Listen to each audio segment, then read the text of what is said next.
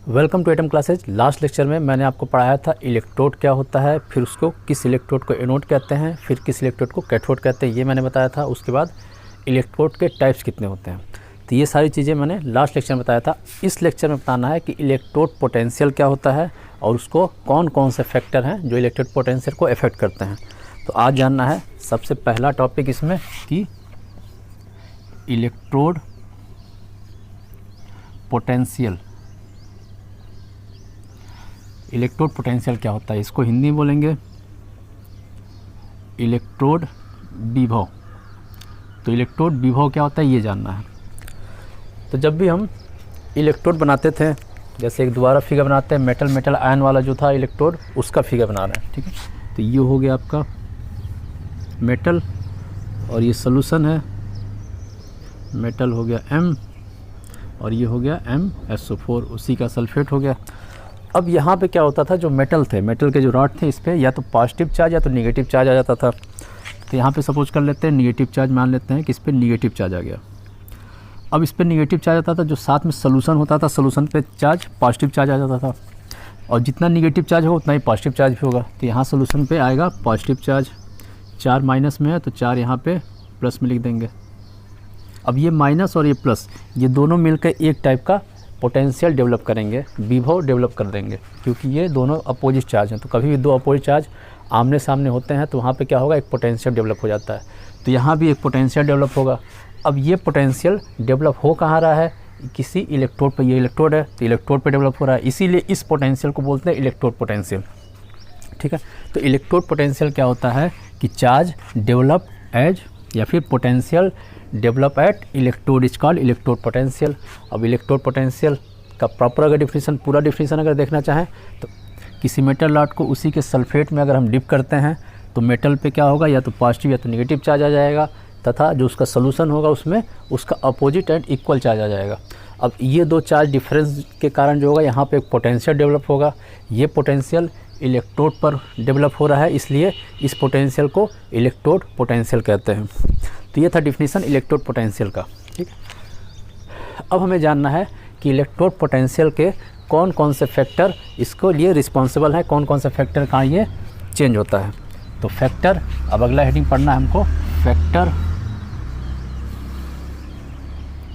Affecting electrode potential, ठीक है। Factor affecting electrode potential, प्रभावित करने वाले कारक। तो कौन कौन सा ऐसा फैक्टर है, कौन कौन से कारक हैं जो इलेक्ट्रोड विभव को इफेक्ट करते हैं। तो इसमें सबसे पहला जो है, यहाँ लिख देते हैं, जो सबसे पहला फैक्टर है उसको बोलते हैं नेचर ऑफ कंडक्टर। हिंदी में बोलेंगे इसको चालक की प्रकृति। तो चालक की प्रकृति हो गया।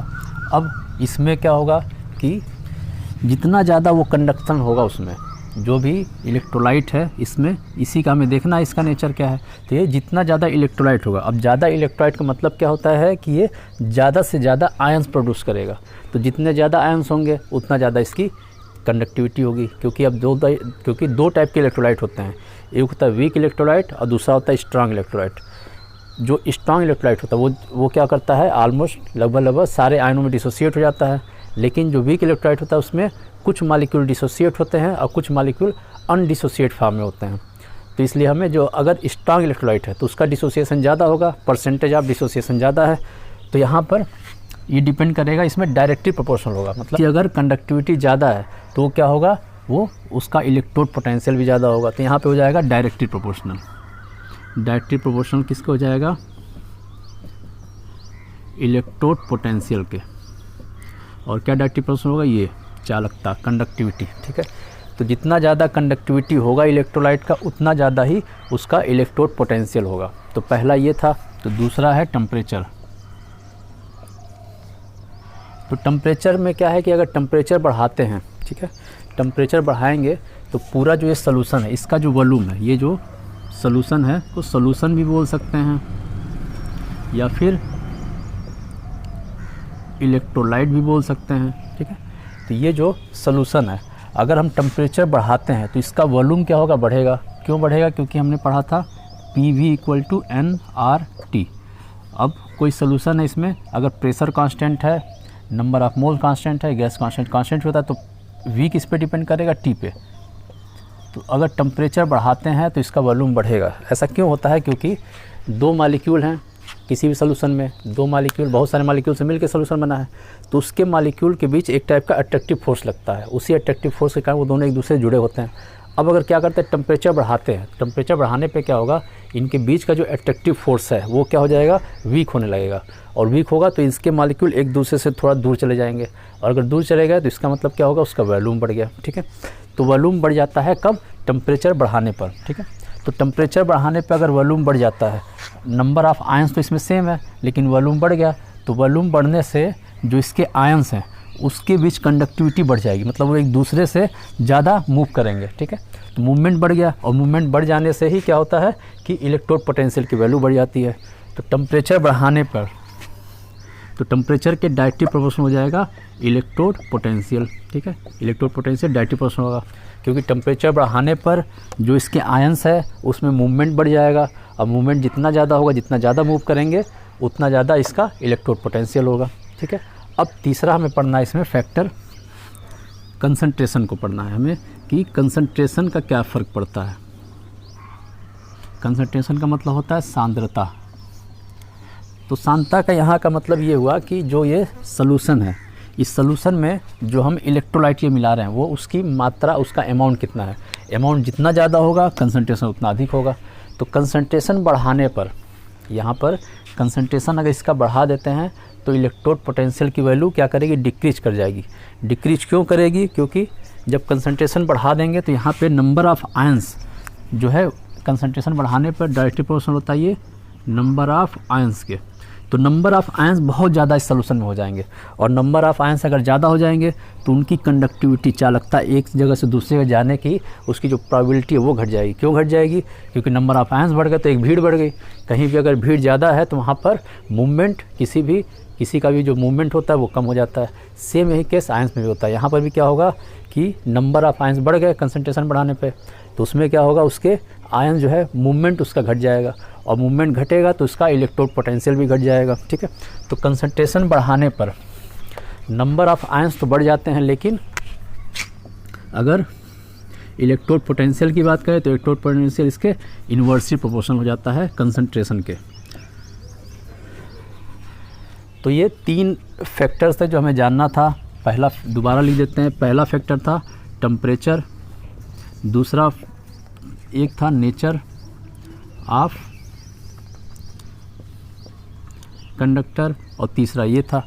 तो टेम्परेचर बढ़ाने पर बढ़ रहा था नेचर ऑफ कंडक्टर, जितना ज़्यादा इलेक्ट्रोलाइट होगा, जितना स्ट्रांग होगा उतना अधिक होगा, और कंसंट्रेशन का इन्वर्सली प्रोपोर्शनल था। ये क्वेश्चन कंसंट्रेशन वाला, ये आपका नीट में भी क्वेश्चन ये वाला पूछ चुका है। इसके अलावा 12th में भी ये क्वेश्चन आया है कि जो है कंसंट्रेशन बढ़ाने पर इलेक्ट्रोड पोटेंशियल पे क्या इफेक्ट पड़ता है, और ये क्वेश्चन भी आया टेम्परेचर वाला भी कि टेम्परेचर बढ़ाने पर इलेक्ट्रोड पोटेंशियल पे क्या इफेक्ट पड़ता है। तो ये दोनों क्वेश्चन नीट में पूछा जा चुका है, ठीक है। तो ये थे फैक्टर्स, वो फैक्टर जो इलेक्ट्रोड पोटेंशियल को इफेक्ट करते हैं, कंसंट्रेशन, टेम्परेचर और नेचर ऑफ कंडक्टर, ठीक है। तो ये सारी चीज़ें थी, तो ये आपका क्लियर हो गया। अब हमें पढ़ना है इस चैप्टर के बारे में, इलेक्ट्रोकेमिस्ट्री के बारे में। अब जो है इस चैप्टर का स्टार्टिंग हो रहा है कि इलेक्ट्रोकेमिस्ट्री क्या होता है। इसके पहले जो भी चीज़ें थे सारी चीज़ें एक बेसिक जानकारी थी, ठीक है, कि इलेक्ट्रोड क्या था, उसके टाइप्स कितने होते हैं, वो किस पे इलेक्ट्रोड पोटेंशियल जो है किस पे इफेक्ट करता है, उसके फैक्टर्स क्या थे, ठीक है। अब ये चैप्टर स्टार्ट हो रहा है, तो सबसे पहले तो हमें ये जानना है कि इलेक्ट्रोकेमिस्ट्री कहते किसे हैं, होता क्या है। हिंदी में पहले बता देते हैं, इसको बोलते हैं वैद्युत रसायन। तो सबसे पहले ये जानना है वैद्युत रसायन होता क्या है। तो वैद्युत रसायन दो पार्ट से मिलकर बना हुआ है। सबसे पहला पार्ट है वैद्युत या इलेक्ट्रिकल, तो इसको बोलते हैं इलेक्ट्रिकल एनर्जी, और दूसरा रसायन है ये, इसको बोलते हैं केमिकल एनर्जी।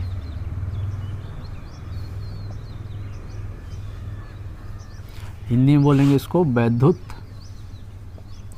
ऊर्जा, इसको बोलेंगे रासायनिक ऊर्जा या रसायन ऊर्जा, रासायनिक ऊर्जा। तो इस पूरे चैप्टर में हमें ये पढ़ना है कि केमिकल एनर्जी को किस तरीके से वैद्युत एनर्जी या इलेक्ट्रिकल एनर्जी में चेंज करेंगे, और दूसरा पढ़ना है इलेक्ट्रिकल एनर्जी को कैसे केमिकल एनर्जी में चेंज करेंगे।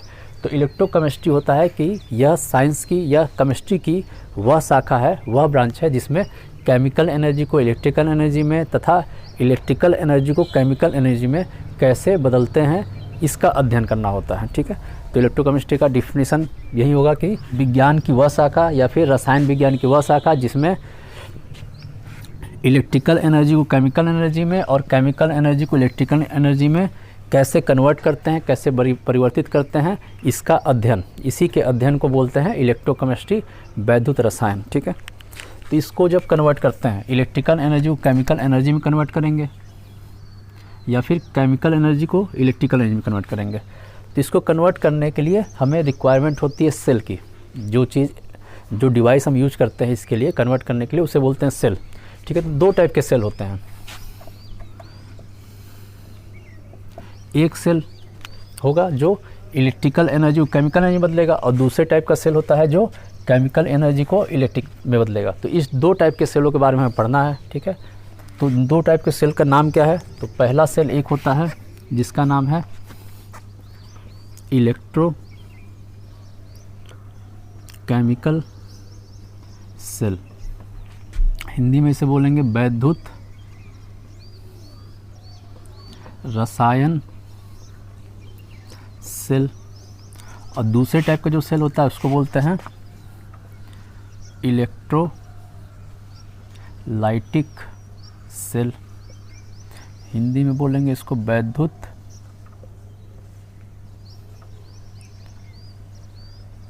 अपघट्य सेल। तो ये दो टाइप के सेल हैं। अब हमें ये जानना है कि कौन सा सेल किसको कौन सा जो है कन्वर्ट करता है, कौन इसमें इलेक्ट्रिकल को केमिकल में कन्वर्ट करता है और कौन केमिकल को इलेक्ट्रिकल में कन्वर्ट करता है। ठीक है, तो इसके लिए हमें एक ट्रिक याद रखना है कि जो इलेक्ट्रोकेमिकल है इसमें ऐसे बैक एरो बनाना है, ऐसे बैक एरो। तो बैक एरो से पता चला ये केमिकल एनर्जी को इलेक्ट्रिकल एनर्जी में चेंज करेगा। तो ऐसा सेल जो केमिकल एनर्जी को इलेक्ट्रिकल एनर्जी में चेंज करता है उस सेल को बोलते हैं वैद्युत रसायन सेल या फिर इलेक्ट्रोकेमिकल सेल। अब यहाँ इसका उल्टा हो जाएगा, तो यहाँ पे क्या होगा, जो इलेक्ट्रिकल एनर्जी को केमिकल एनर्जी में बदलेगा। तो इसमें जो पहला है इलेक्ट्रिकल एनर्जी को केमिकल एनर्जी बदला, तो यहाँ पे कौन सा सेल होगा, ये वाला सेल होगा। तो यहाँ पर होगा ये वाला सेल, तो यहाँ पे 2 लिख देते हैं, यहाँ पे लिखा हुआ है, तो ये हो गया 2 और ये हो गया 1। ठीक है, तो ये 2 नंबर का सेल है, 2 नंबर वाला सेल ये है। तो इस सेल को जो इलेक्ट्रिकल एनर्जी को केमिकल में कन्वर्ट करता है उस सेल को बोलते हैं इलेक्ट्रोलिटिक सेल या फिर वैद्युत अपघट्य सेल। और दूसरा जो रासायनिक ऊर्जा या केमिकल एनर्जी को वैद्युत ऊर्जा या फिर इलेक्ट्रिकल एनर्जी में चेंज करता है, इस सेल को बोलते हैं वैद्युत रसायन सेल। ठीक है, तो ये 2 टाइप के सेल है, इन्हीं 2 सेल के बारे में पढ़ना है हमें और इस पर न्यूमेरिकल भी पढ़ना है। ठीक है, तो सबसे पहला सेल स्टार्ट करते हैं आज इलेक्ट्रोकेमिकल सेल के बारे में। ठीक है, तो जो सबसे पहला सेल है वो है इलेक्ट्रोकेमिकल सेल। तो आज हमें इसी सेल के बारे में पढ़ना है, इलेक्ट्रोकेमिकल सेल के बारे में। तो स्टार्ट करते हैं इलेक्ट्रोकेमिकल सेल। तो वह सेल जो रासायनिक ऊर्जा को वैद्युत ऊर्जा में कन्वर्ट करता है, ऐसे सेल को बोलते हैं इलेक्ट्रोकेमिकल सेल। इंग्लिश में बोलेंगे the cell which convert chemical energy into electrical energy is called electrochemical cell. तो ये डिफिनीशन है इसका सिंपल सा। अब ये सेल जो है, इस सेल को पूरे 3 पार्ट में हम डिवाइड करते हैं। पूरे सेल को हम 3 पार्ट में डिवाइड करते हैं। जो पहला पार्ट है उसको बोलते हैं ऑक्सीडेशन हाफ सेल, दूसरे को बोलते हैं रिडक्शन हाफ सेल,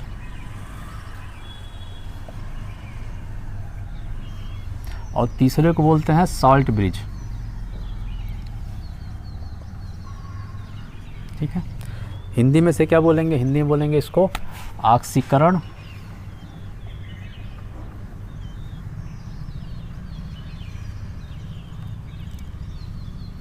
अर्ध सेल, इसको बोलेंगे अपचयन अर्ध सेल, अपचयन अर्ध सेल, और इसको बोलेंगे लवण सेतु। तो पूरे इलेक्ट्रोकेमिकल सेल को इन 3 पार्ट में हमें डिवाइड करना होता है और इन 3 पार्ट में एक एक करके हम जो है तीनों पार्टों को पढ़ेंगे सबसे पहले, और फिर तीनों पार्ट को मिलाकर इस सेल को बना के उस सेल के बारे में पढ़ेंगे। ठीक है, तो सबसे पहला स्टार्ट करते हैं ऑक्सीडेशन हाफ सेल। ठीक है, तो ऑक्सीडेशन हाफ सेल क्या होता है इसके बारे में जानना है। तो ये दोनों मिटा देते हैं। तो सबसे पहले ऑक्सीडेशन हाफ सेल में हमें क्या करना है, ये एक मेटल रॉड बनाना है। ठीक है, और इसमें क्या करना है, हमें सॉल्यूशन, एक कंटेनर में सॉल्यूशन रख देना है। अब मेटल रॉड हम लेंगे कौन सा, तो मेटल रॉड हम यहाँ पे ले रहे हैं Zn का, और इसमें सॉल्यूशन ले लेंगे ZnSO4 का। अब इस वाले में जो ऑक्सीडेशन हाफ सेल, इसका नाम ऑक्सीडेशन हाफ सेल क्यों पड़ा है, क्योंकि इस सेल में यहाँ पर होगा ऑक्सीडेशन। ठीक है, अगर ऑक्सीडेशन हो रहा है तो इसी का इसको ऑक्सीडेशन हाफ सेल कहते हैं। दूसरा रिडक्शन वाला था तो उस पार्ट में क्या हो रहा है, रिडक्शन होता है, इससे रिडक्शन हाफ सेल बोलते हैं। अब यहाँ पे ऑक्सीडेशन होता कैसे है ये जानना है। तो जब हम इस टाइप का बनाते हैं, जब ये रॉड को उसी के सॉल्ट में अगर हम डिप कर देते हैं तो होगा क्या, इस मेटल रॉड पे या तो पॉजिटिव या तो निगेटिव चार्ज आ जाता है। ठीक है, तो ये हमने पढ़ाया था इलेक्ट्रोड पोटेंशियल में कि पॉजिटिव निगेटिव चार्ज आता है, उसी के डिफरेंस के कारण पोटेंशियल जनरेट होता है, उसी पोटेंशियल को इलेक्ट्रोड पोटेंशियल कहते हैं। तो अब यहाँ पे यही जानना है कि वो जो है चार्ज डेवलप क्यों होता है। तो उस चार्ज को डेवलप होने का रीज़न क्या है, क्योंकि ये जो Zn है वो Zn किस फॉर्म में होता है, न्यूट्रल फॉर्म में होता है, क्योंकि ये क्या है, एलिमेंट्री है। किसी भी एलिमेंट में का जो ऑक्सीडेशन नंबर होता है वो 0 होता है। तो ये है Zn रॉड है। अब इसमें क्या होगा, इसका Zn सॉल्यूशन में इसके जो मॉलिक्यूल्स है, इसके जो एटम्स हैं वो क्या होगा, सॉल्यूशन में जाके Zn आयन बना लेंगे और डिसोसिएट होते जाएंगे। ठीक है, तो ये पूरा प्रोसेस होगा इसमें। तो यहाँ प्रोसेस को लिख देते हैं, ये होगा Zn और Zn से बन जाता है Zn++। अब इसको इक्वेशन को हमें बैलेंस करना है, तो बैलेंस यहाँ पे 1 एटम, यहाँ पे 1 एटम, एटम तो बैलेंस है लेकिन आयंस इस पर चार्ज बैलेंस नहीं। यहाँ पे 0, यहाँ +2, तो यहाँ पे लिख देंगे 2 इलेक्ट्रॉन, तो यहाँ पे होता है 2 इलेक्ट्रॉन। अब ये बैलेंस इक्वेशन है, बैलेंस हाफ इक्वेशन हो गया। ठीक है, तो ऑक्सीडेशन हाफ सेल में टोटल प्रोसेस ये होता है कि Zn है, Zn++ में डिसोसिएट होता है और साथ में 2 इलेक्ट्रॉन को भी रिलीज करता है। अब यहाँ पर क्या हो रहा है कि ये जो है इसके Zn यहाँ पे सोल्यूशन में चले आए Zn++, और जो इसके इलेक्ट्रॉन रिलीज हो रहे हैं वो क्या रहेंगे, इस रॉड पर ही रह जाएंगे। तो इसको बना देते हैं ब्लैक सेल। ठीक है, तो यहाँ पे हो गया 1 इलेक्ट्रॉन ये और 1 इलेक्ट्रॉन ये। ठीक है, और भी अगर एक से ज़्यादा आयंस है तो उस पर डिपेंड कर रहा है कितने नंबर ऑफ इलेक्ट्रॉन होंगे, तो ये आयंस हो जाते हैं। अब Zn ये ++ है। ठीक है, ये क्या होगा, ये पूरा सोल्यूशन इस Zn++ के कारण ये पॉजिटिवली चार्ज हो जाएगा। अब पॉजिटिव चार्ज होने के कारण यहाँ पर जो सोल्यूशन होगा इसके चारों, इसके पास जहाँ पर निगेटिव उसके पास हो जाएगा, पॉजिटिव चार्ज आ जाएगा।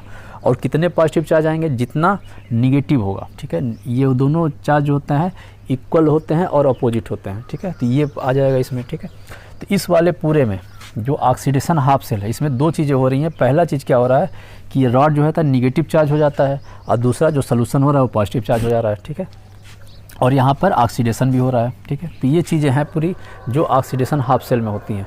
तो ऑक्सीडेशन हाफ सेल में अब हमें क्या जानना है, पहली चीज़ ये जानना है कि ये जो रॉड है, ये रॉड क्या हो जाएगा, इस रॉड पे चार्ज क्या हो जाएगा, इस रॉड पे निगेटिव चार्ज आ जाएगा। तो ये रॉड हो जाता है निगेटिवली चार्ज इलेक्ट्रोड बोलते हैं, इस रॉड को इलेक्ट्रोड बोलेंगे, तो ये निगेटिवली चार्ज इलेक्ट्रोड हो जाता है।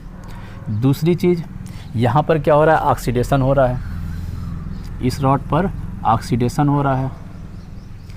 तीसरी चीज़ कि जहाँ पर भी जिस भी इलेक्ट्रोड पर ऑक्सीडेशन होता है उस इलेक्ट्रोड को एनोड पढ़ते हैं। ठीक है, जिस भी इलेक्ट्रोड पर ऑक्सीडेशन होता है उस इलेक्ट्रोड क्या बोलते हैं, एनोड बोलते हैं, और जिस पे रिडक्शन होता है उसको कैथोड बोलते हैं। तो यहाँ पर जो ये रॉड होगा, ठीक है, जो इलेक्ट्रोड होगा इसको क्या बोलेंगे, एनोड, इसको पढ़ेंगे हम एनोड। ठीक है, तो ये रॉड जो है पहली चीज़ तो निगेटिवली चार्ज है और दूसरा चीज़ क्या है, इससे एनोड बोलते हैं। ठीक है, तो यहाँ पे क्या पता चला कि जो एनोड है वो क्या है, निगेटिवली चार्ज है। ठीक है, एनोड जो है निगेटिवली चार्ज होता है। ठीक है, अब यहाँ पर जो चार्ज का डिफरेंस है, इस चार्ज के डिफरेंस के कारण यहाँ पे एक पोटेंशियल डेवलप होगा, और इसी पोटेंशियल को हम क्या बोलते थे, इलेक्ट्रोड पोटेंशियल। तो पहला नाम आ जाएगा इसमें इलेक्ट्रोड पोटेंशियल।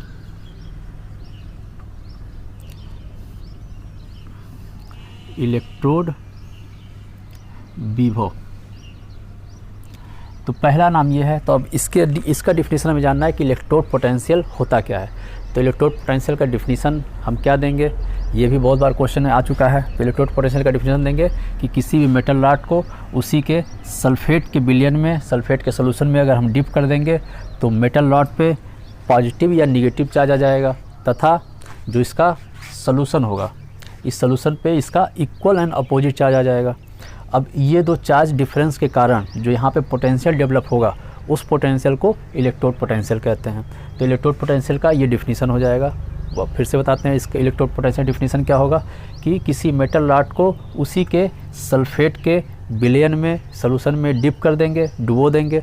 तो डुबो देने से क्या होगा कि मेटल पे या तो पॉजिटिव चार्ज आएगा या तो निगेटिव चार्ज आएगा, और साथ में क्या होगा, जो सॉल्यूशन होगा उसमें उसका अपोजिट और इक्वल चार्ज आ जाएगा। अगर इसमें निगेटिव है तो यहाँ पॉजिटिव है, अगर इसमें पॉजिटिव है तो यहाँ निगेटिव आ जाएगा। तो इसीलिए इक्वल एंड अपोजिट चार्ज आता है। तो अब इस चार्ज के डिफरेंस के कारण यहाँ पे एक पोटेंशियल डेवलप होगा, और इस पोटेंशियल को इलेक्ट्रोड पोटेंशियल कहते हैं। क्यों इलेक्ट्रोड पोटेंशियल ही कहते हैं? क्योंकि ये जो पोटेंशियल है वो इलेक्ट्रोड पर ही डेवलप हो रहा है, तो इसलिए इसका नाम इलेक्ट्रोड पोटेंशियल है। ठीक है, तो पहला डिफिनीसन है इलेक्ट्रोड पोटेंशियल क्या होता है। अब दूसरा में ये जानना है कि ऑक्सीडेशन इलेक्ट्रोड पोटेंशियल क्या होता है। हिंदी बोलेंगे ऑक्सीकरण इलेक्ट्रोड विभव। अब ये क्या होता है, तो इसका डिफिनीसन सिंपल सा ये क्या है कि इलेक्ट्रोड पोटेंशियल है। अब ये इलेक्ट्रोड पोटेंशियल जो डेवलप हो रहा है किसके कारण हो रहा है, ऑक्सीडेशन के कारण हो रहा है। ठीक है, जो इलेक्ट्रोड पोटेंशियल जो डेवलप हुआ वो किसके कारण हुआ, ऑक्सीडेशन के कारण हुआ। यहाँ पे देखिए ऑक्सीडेशन हो रहा है, Zn से Zn++ बना। तो अगर ये ऑक्सीडेशन के कारण हो रहा है तो इस टाइप के इलेक्ट्रोड पोटेंशियल को बोलते हैं ऑक्सीडेशन इलेक्ट्रोड पोटेंशियल। तो अगर ऑक्सीडेशन इलेक्ट्रोड पोटेंशियल का डिफिनीसन अगर हमें देना हुआ तो इसका डिफिनीसन देंगे किसी मेटल रॉड को मेटल के सल्फेट के सोल्यूशन में डिप करने पे क्या होगा कि मेटल पे पॉजिटिव या निगेटिव चार्ज आ जाएगा, तथा जो सोल्यूशन होगा उसमें इक्वल एंड अपोजिट चार्ज आ जाएगा, जिसके कारण यहाँ पर एक पोटेंशियल डेवलप होगा। इस पोटेंशियल को इलेक्ट्रोड पोटेंशियल कहते हैं। ये इलेक्ट्रोड पोटेंशियल ऑक्सीडेशन के कारण हो रहा है, ये इलेक्ट्रोड पोटेंशियल ऑक्सीडेशन के कारण डेवलप हुआ, इसलिए इस इलेक्ट्रोड पोटेंशियल को ऑक्सीडेशन इलेक्ट्रोड पोटेंशियल कहते हैं। क्लियर है कि ये इलेक्ट्रोड, पहले सबसे पहले इसका डिफिनीसन देना है, बस उसमें एक लाइन जोड़ना है कि यह इलेक्ट्रोड पोटेंशियल ऑक्सीडेशन के कारण हो रहा है, इसलिए इस इलेक्ट्रोड पोटेंशियल को ऑक्सीडेशन इलेक्ट्रोड पोटेंशियल कहते हैं। तो ये हो गया दूसरा डिफिनीसन। अब तीसरा डिफिनीसन हमें एक जानना है इसमें, जिसको बोलते हैं स्टैंडर्ड इलेक्ट्रोड पोटेंशियल, शॉर्टकट में SEP पढ़ते हैं इसको। तो स्टैंडर्ड इलेक्ट्रोड पोटेंशियल, इसको शॉर्टकट में पढ़ेंगे OEP, ऑक्सीडेशन इलेक्ट्रोड पोटेंशियल। अब स्टैंडर्ड इलेक्ट्रोड पोटेंशियल क्या होता है ये जानना है।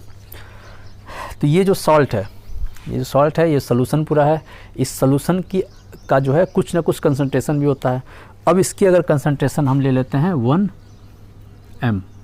m का मतलब होता है मोलरिटी, कैपिटल M है तो मोलरिटी है, हिंदी में बोलेंगे इसको मोलरता। तो अगर इसका कंसंट्रेशन हम अगर 1 m ले लेते हैं तो अब यहाँ पे जो पोटेंशियल इलेक्ट्रोड पोटेंशियल डेवलप होगा उस इलेक्ट्रोड पोटेंशियल को बोल देंगे स्टैंडर्ड इलेक्ट्रोड पोटेंशियल। तो स्टैंडर्ड इलेक्ट्रोड पोटेंशियल का डिफिनीसन क्या होगा, सेम वही डिफिनीसन इलेक्ट्रोड पोटेंशियल का देंगे, और साथ में एक लाइन जोड़ देंगे उसमें लास्ट में कि जब सोल्यूशन का कंसंट्रेशन 1 मोलर हो। ठीक है, तो electrode potential, standard electrode potential definition अब हम बताते हैं क्या होगा कि किसी मेटल रॉड को मेटल के सल्फेट के विलयन में अगर हम डिप करते हैं तो मेटल रॉड पे पॉजिटिव या निगेटिव चार्ज आ जाएगा, तथा जो सोल्यूशन होगा उसमें इसका अपोजिट एंड इक्वल चार्ज आ जाएगा, जिसके कारण ये दो विपरीत चार्ज के कारण यहाँ पर एक पोटेंशियल डेवलप होगा। इस पोटेंशियल को इलेक्ट्रोड पोटेंशियल कहते हैं, तथा सोल्यूशन का कंसंट्रेशन अगर 1 मोलर ले लेते हैं तो उस समय जो इलेक्ट्रोड पोटेंशियल होगा उस इलेक्ट्रोड पोटेंशियल को बोलते हैं स्टैंडर्ड इलेक्ट्रोड पोटेंशियल। ठीक है, इसको डिनोट कैसे करते हैं, तो इसको डिनोट करते हैं E0 से। इसको डिनोट कैसे करते हैं, इसको डिनोट करते हैं केवल E से। ठीक है, नॉट लग गया मतलब स्टैंडर्ड आ गया। अब इसमें फोर्थ टर्म इसमें जानना है हमको, स्टैंडर्ड ऑक्सीडेशन इलेक्ट्रोड पोटेंशियल। ठीक है, स्टैंडर्ड ऑक्सीडेशन इलेक्ट्रोड पोटेंशियल, सारे टर्म्स को ऐड कर दिया गया यहाँ पे, स्टैंडर्ड ऑक्सीडेशन इलेक्ट्रोड पोटेंशियल। अब ये क्या होता है, हिंदी में से क्या बोलेंगे, इसे पहले बता देते हैं हिंदी में। इसको बोलते हैं मानक, स्टैंडर्ड का मतलब होता है मानक इलेक्ट्रोड विभव, मानक इलेक्ट्रोड विभव SEP हो गया। इसको बोलेंगे मानक ऑक्सीकरण इलेक्ट्रोड विभव, इसका नाम हो जाएगा। ठीक है, तो अब जानना है हमें कि स्टैंडर्ड ऑक्सीडेशन इलेक्ट्रोड पोटेंशियल क्या होता है। तो अब यहाँ पे हमें दो टर्म इलेक्ट्रोड पोटेंशियल के डिफिनीशन में दो टर्म जोड़ना है। पहला टर्म क्या जोड़ना है कि ऑक्सीडेशन के कारण हो रहा है, और दूसरा टर्म क्या जोड़ना है इसमें कि इसका सोल्यूशन जब 1m रहेगा। ठीक है, तो अब इसका डिफिनीशन हो जाएगा कि जब मेटल के रॉड को उसके सल्फेट के विलयन में डिप करते हैं तो मेटल पे पॉजिटिव या नेगेटिव चार्ज आता है तथा सोल्यूशन में उसका अपोजिट अनइक्वल चार्ज आता है, जिसके कारण एक इलेक्ट्रोड पोटेंशियल डेवलप होता है। अब ये इलेक्ट्रोड पोटेंशियल ऑक्सीडेशन के कारण हो रहा है तथा जो सोल्यूशन है उसका कंसंट्रेशन हम 1 मोलर लेते हैं। तो इस समय जो इलेक्ट्रोड पोटेंशियल है उस इलेक्ट्रोड पोटेंशियल को बोलते हैं स्टैंडर्ड ऑक्सीडेशन इलेक्ट्रोड पोटेंशियल। तो ये डिफिनेशन हो गया। अब ये चारों जो डिफिनीशंस हैं, ये डिफिनीशन बहुत बार आपके क्लास 12 के एग्ज़ाम में आया हुआ है, यूपी बोर्ड में भी आया हुआ है और सीबीएसई बोर्ड में भी आया है। इसके अलावा नीट में भी एक आध बार ये क्वेश्चन पूछ चुका है, लेकिन इंपॉर्टेंट ये ज़्यादातर है क्लास 12 के लिए, यूपी बोर्ड और सीबीएसई बोर्ड दोनों के लिए।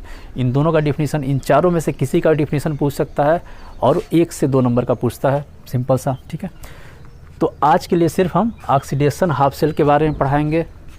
कल जो है आपको इसका दूसरा पढ़ाएंगे, रिडक्शन हाफ सेल और साल्ट ब्रिज। इस पूरे सेल के बारे में पूरा डिटेल आपको पढ़ा दिया जाएगा। तो आज के लिए सिर्फ इतना ही।